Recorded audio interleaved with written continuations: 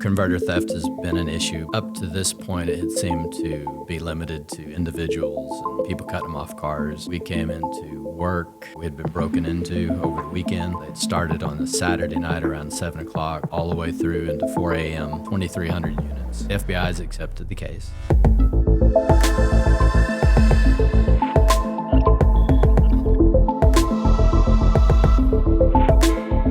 Well, hello, Ben.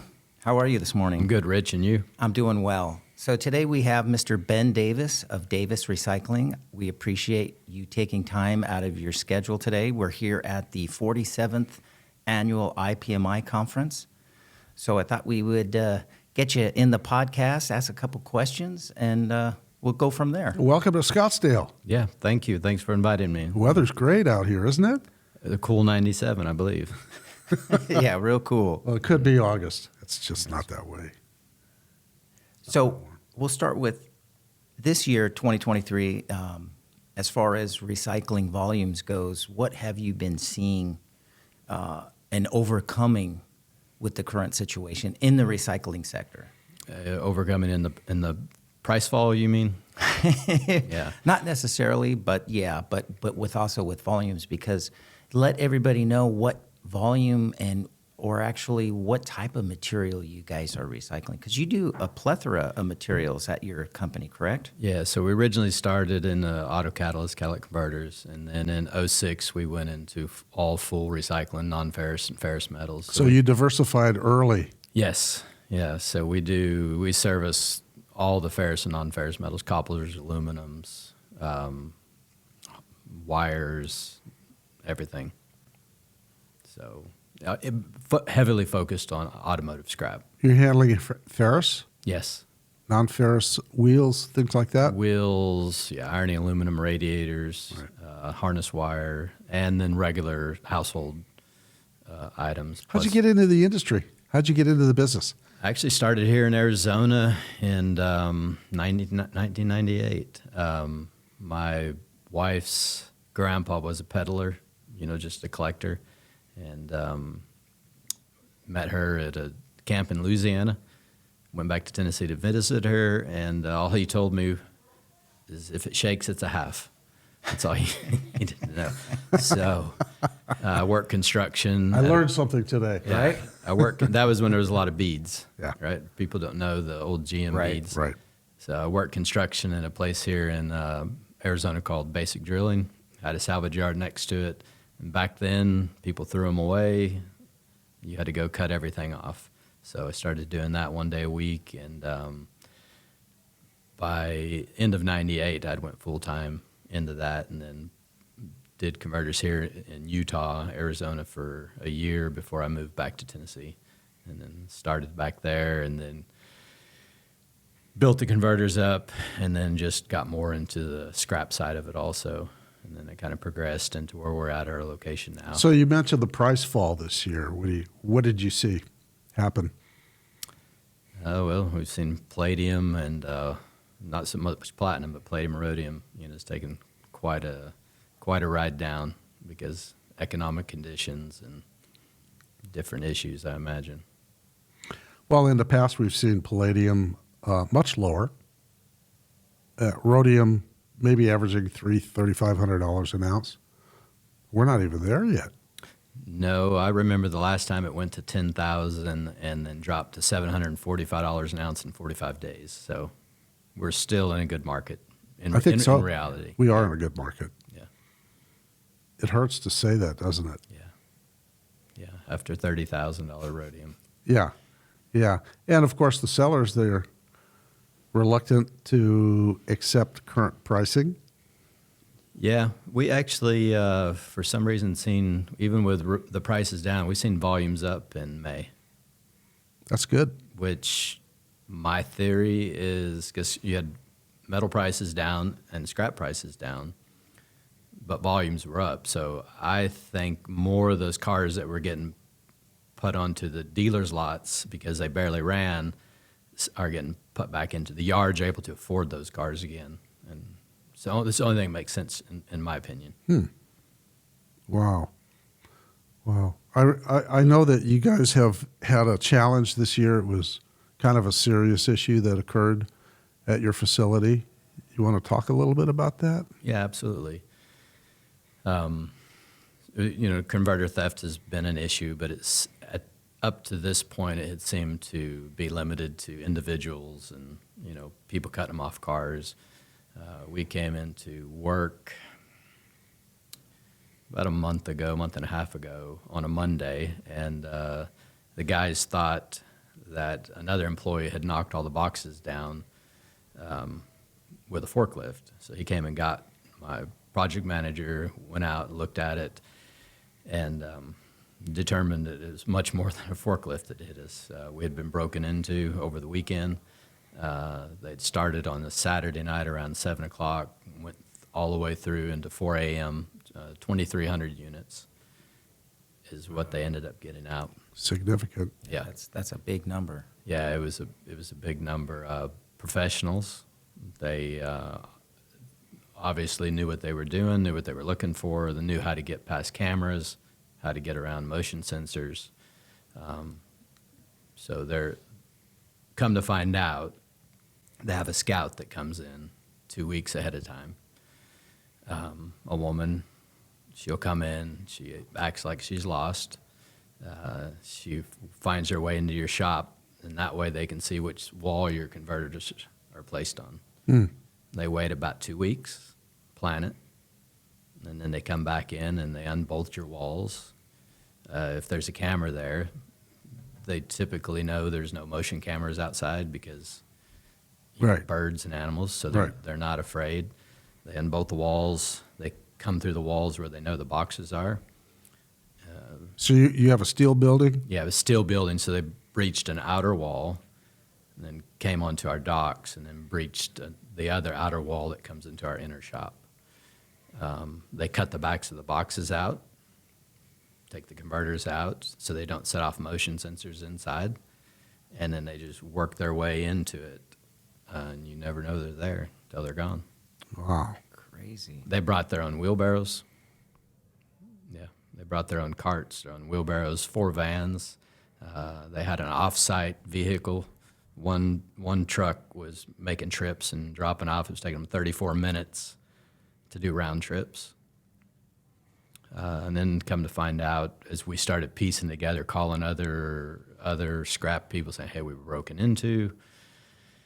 And people are like, hey, well, we got hit. So come to find out there's 8 other locations, processors that had been hit, same MO. So we started sharing videos and cameras, and sure enough, same people we've narrowed them to, at this point, to 4 different states. We're talking thousands of converters here. Yes. Yeah. So 4 states. Well, we have positively identified them at 4 different locations, but they have hit, I believe it's 7 states. Okay. Organized crime? Yes. Yeah, at that type Has of to be. volume, it has to be. It has Yeah, to be. because there's other people, I mention names, but have reached out to me that they're actually losing cut material. So they're still in. A loose material is being stolen as well as whole converters. Yes. So they have an outlet somewhere. Yep. Wow. And they knew, they knew, you could tell when they cut in the box, if they come across a box of metal cats, they specifically left it. So they know what they're doing. Wow. Well, that kind of implies that they're from within the industry somewhere. Yeah, absolutely. They were foreigners. Not that makes a difference, but Right. they were speaking a different language Right. at all locations. Okay. But the FBI has accepted the case. Oh, that's good. Yeah. So they have tied them all, linked them all together, and they're in the process of working that at this moment. Wow. Now, have you guys changed any of your security protocols since this has happened? Absolutely. Maybe something that you could share with the audience? Or suggestions. Yeah, I would highly suggest. So we've changed public publicity stuff. We don't show any inward shots of our shop anymore at this point. So people can get any bearings of where your material are. Nobody before used to bring people in. Everybody show your shop now. Completely have to be vetted before you're allowed in. Changed all of our security systems to thermal imaging. So it doesn't matter if it's inside or outside. It picks up heat sensors units to get around all that. So it does motions, thermal imaging.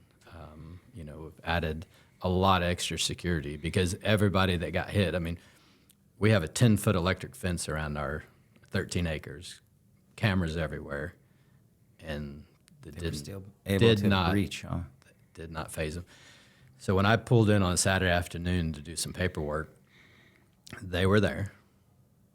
I was on one side of the wall, and there was 5 of them on the other side of the wall. They had a scout. When I pulled up, you can see him, let them know that I'm coming. So my wife was in the car. It was on a Saturday afternoon. Typically, I go into my shop to see what's happened during the week. I had wisdom teeth out that day, so I did not go in there. Otherwise, I would have walked right into most likely armed people. Right. I left. That's scary when you're with your family. They That's really continue to work. Sheriff's Department showed up to do their rounds. They hid, did not leave, didn't phase them. They left, went right back to work. That's brazen. Yep. At one of the other locations, I was told they were walking around drinking coffee. Wow. Now, I know there's not too deep that you can share because of obviously the ongoing investigation, but are there any suspects or do they have any leads on the suspects? Yes, so we have one of the guys. He was caught up in another state breaking into a place. So they do have him in custody. He's at this point lawyered up. So Do you think he was working independently no, in that case, or the others just took off? the others took off. He is put out some information. He was a low level, get paid per job. Oh, So he was for hire. He just went around and helped. What little information that I've gotten back from the detectives is what his position was. So they caught him. He was covered in dust. When the alarms, they actually tripped the alarm, so he took off. So when they caught him, he was walking down the street covered in material. And then so they impounded him. They impounded the car he had, which was the same vehicle we have on video at our location. Right. And the same car that was on video in an Alabama location out of where they hit. separate location. Yeah, so we had them in 3 different states. That same vehicle. Right. Yeah, so we believe it's organized crime. I think people underestimate. In my opinion, it's probably coming more to that. So we have not only secured our buildings, but our drivers, our protocols when we pick up material, for the safety of, Right. of all employees. And we Absolutely. actually, there's a company that would pretty be great. They're called, if you don't mind me saying their name. No. Yeah, it's Gold Shield 811. They're out of Atlanta. They're FBI, CIA. So they come in and they do a complete 5-day security analysis of your location, of your employees, where all of your points of weakness are, and then they give you a plan, how to tighten up your security. Oh, that's great. That's great, yeah. Boy, this doesn't sound cheap.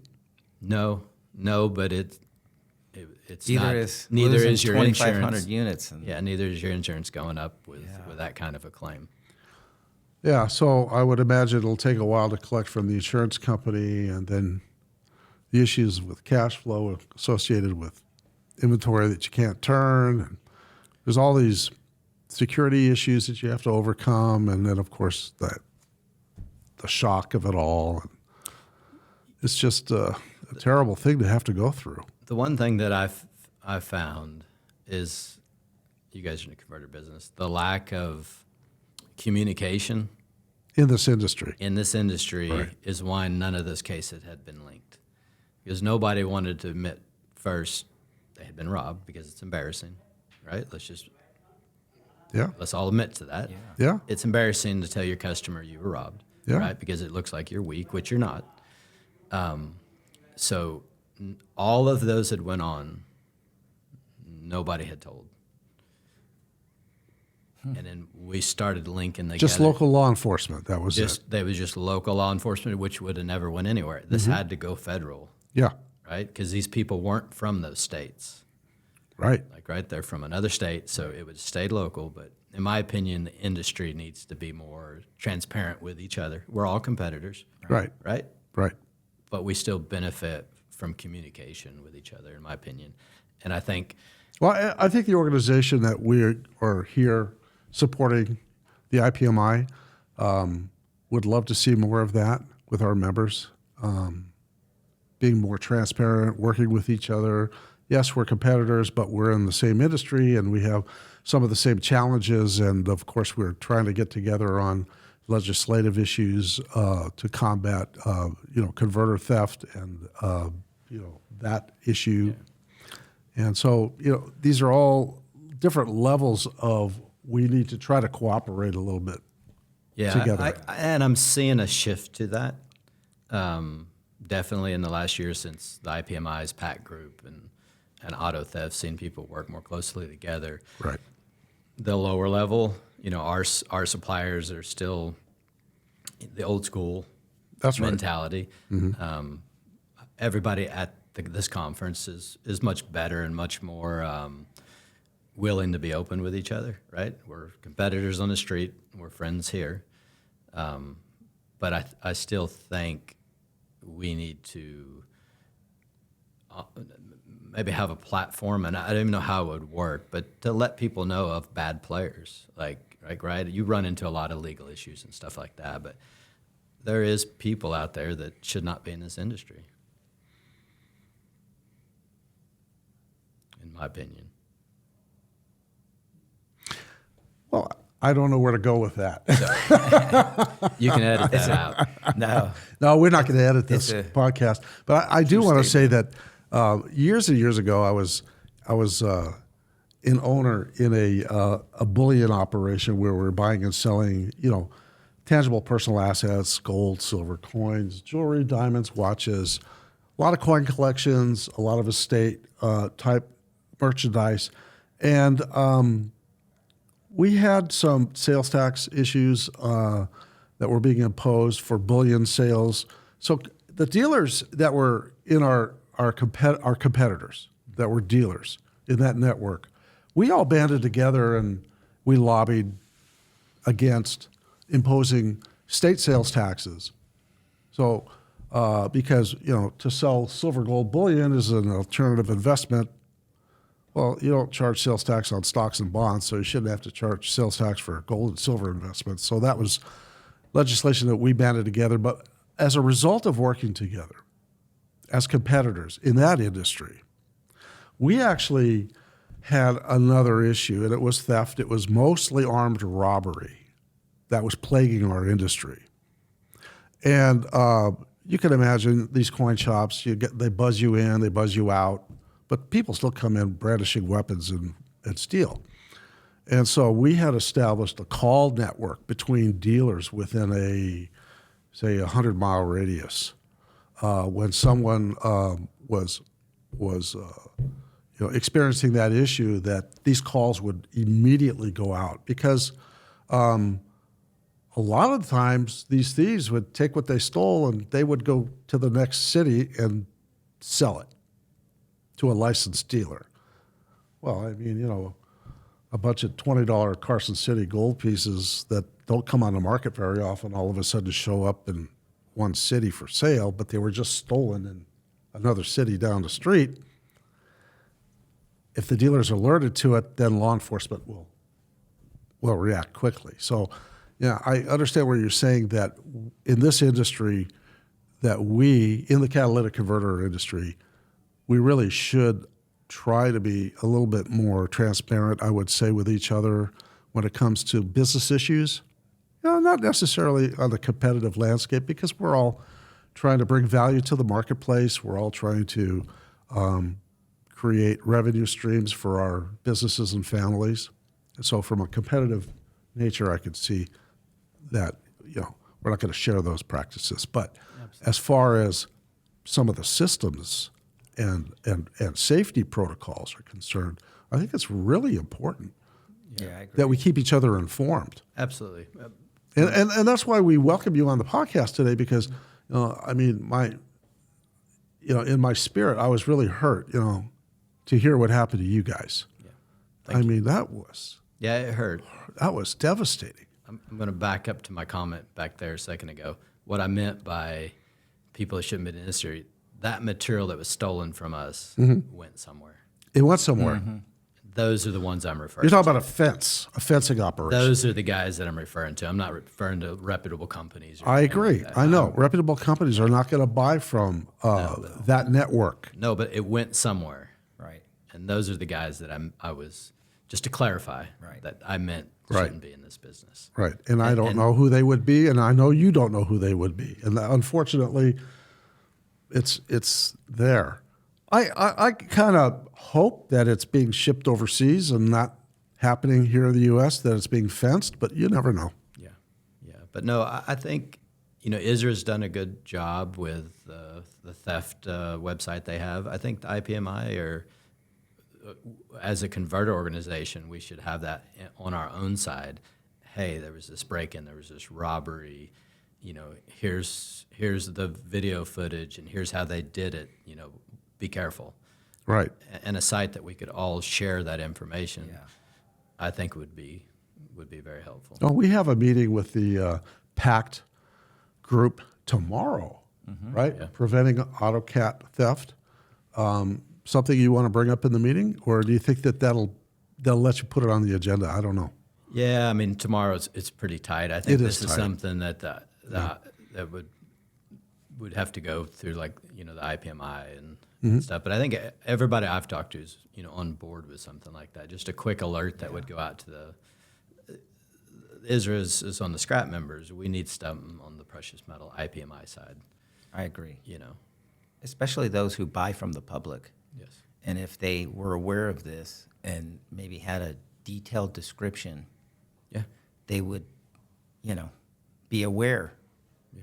So Pick it up much faster if they see something Right. abnormal. call the authorities right away. Well, I can imagine this is something that'll take you a while to recover from, emotionally, financially. Yeah, we've been hit before. That's why we carry, for our sake and our customers. We stay well secured, but they break in. We stay well insured. You have to. You have to protect yourself in this industry so you can continue to go forward. The gentleman that got hit in Alabama, he was fixing to retire. $400,000 of material Yeah. out the door. He's 70 years old. Oh, wow. Those guys that got hit. That's hard to recover from. Yeah. That's It'll- devastating. Yeah, it was devastating to him. Yeah. Absolutely. Well, I would love to see some restitution once this is resolved. Yeah. They're going to find these guys. Oh, absolutely. Yeah, they'll find them. They've got too much they hit too many locations. Sounds like there's multiple states, multiple states, and there's multiple companies that were hit, unfortunately. Yeah, they'll find them. And the larger the group, the harder it is to keep it quiet, isn't it? Yeah, they make one of them mad and they'll squeal. So that's our hope, anyways. But they'll catch them. We've got the best in the world on them. So I think it'll be. It just has to turn slowly at this point. So as far as our converter business this year, we've heard some people complaining about, volumes were down a little bit because of pricing. And you're saying you're seeing some volumes increase recently. What's your personal outlook for the rest of the year? Do you think that the sellers are back in the queue for turning inventories, or some of them are building inventories? I can speak for us. for our customers. Our customers are continually turning inventory. Because we try to teach them, educate them on the market, and educate them that in this market is not a market to, in my opinion, to hold product. Right. You know, it's a market to lock in your Lock in your revenue. your revenue, turn it. Right. You know, we do have some customers that do that, and I are regretting that. But Yeah, we've had some customers hold, and they're regretting it. Yeah. We say, you know what the price is today of the metals. We don't know what it's going to be tomorrow or at the end of the week. I mean, you can look at all the forecasts in the world. It doesn't take into fact wars, Right. you know, political problems. I mean, it can go either way, and we teach our customers to sell on the market. You know, be profitable in the market, sell on the market. You know, but everybody was geniuses 2 years ago, or at least people that came into the business thought they were, because it only went up the next day. They could only make a profit. They could only, and it's that mentality, even though it's only 2 years old, is hard to break. Well, it's being broken right now. It is being broken. It is being broken. People are, you know, they're wondering, how long is this going to go on? Well, longer than you can hold, I guarantee you that. Yeah. A big majority of the people in the converter business has not ever went through a true correction. They've started since, say, 2015. But if you went through the 07, 08 crash, you still have that burnt into your memory Right. of that. The dynamics completely change when you know, converters go back to $50 a cat. The whole industry changes. I mean, Sure does. Not just flows, but that material, people are out of the market. You know, if you were buying in 4 or 5 states away, now you no longer can go there, and so the whole dynamic changes. Right.